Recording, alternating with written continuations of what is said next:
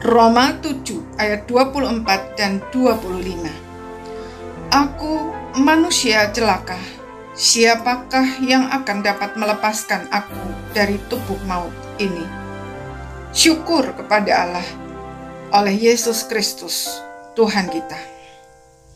Banyak orang berpikir bahwa semakin dekat seseorang dengan Tuhan, dia akan merasa semakin suci.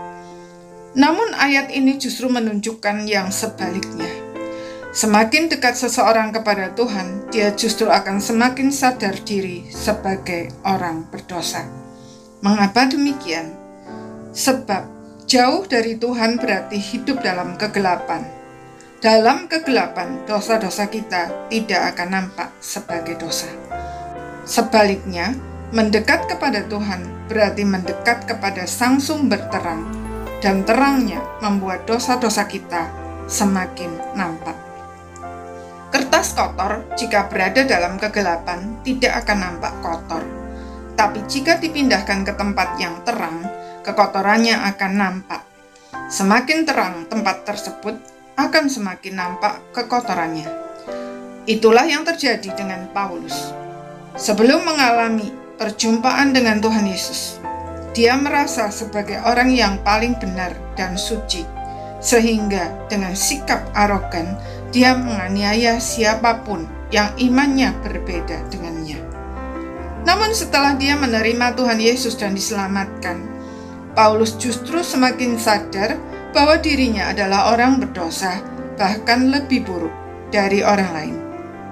Dia berkata, di antara mereka, maksudnya orang berdosa, akulah yang paling berdosa, yang paling hina di antara segala orang kudus, yang paling hina dari semua rasul, bahkan tidak layak disebut rasul, sebab aku telah menganiaya jemaat Allah.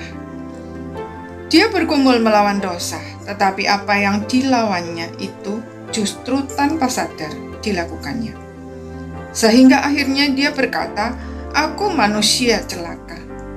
Siapa yang dapat melepaskan aku dari tubuh maut ini?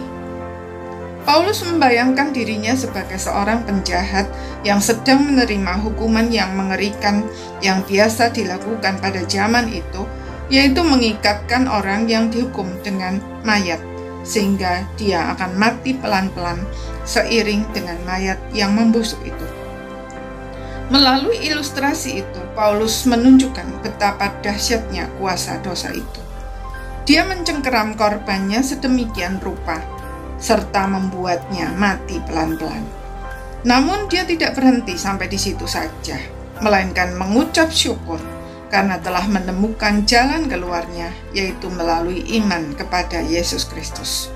Artinya, walaupun hari demi hari dosa-dosanya yang dulu tersembunyi sekarang semakin dia sadari, namun sesungguhnya ketika dosa itu diakui secara spesifik dengan tulus dan jujur, oleh penebusan Kristus justru semakin membuat dirinya dikuduskan. Kita semakin sadar dosa sehingga semakin bersandar pada kasih karunia Allah, atau justru semakin merasa paling suci? Itu adalah paradoks penting untuk kita renungkan agar iman kita semakin dimurnikan. Amin.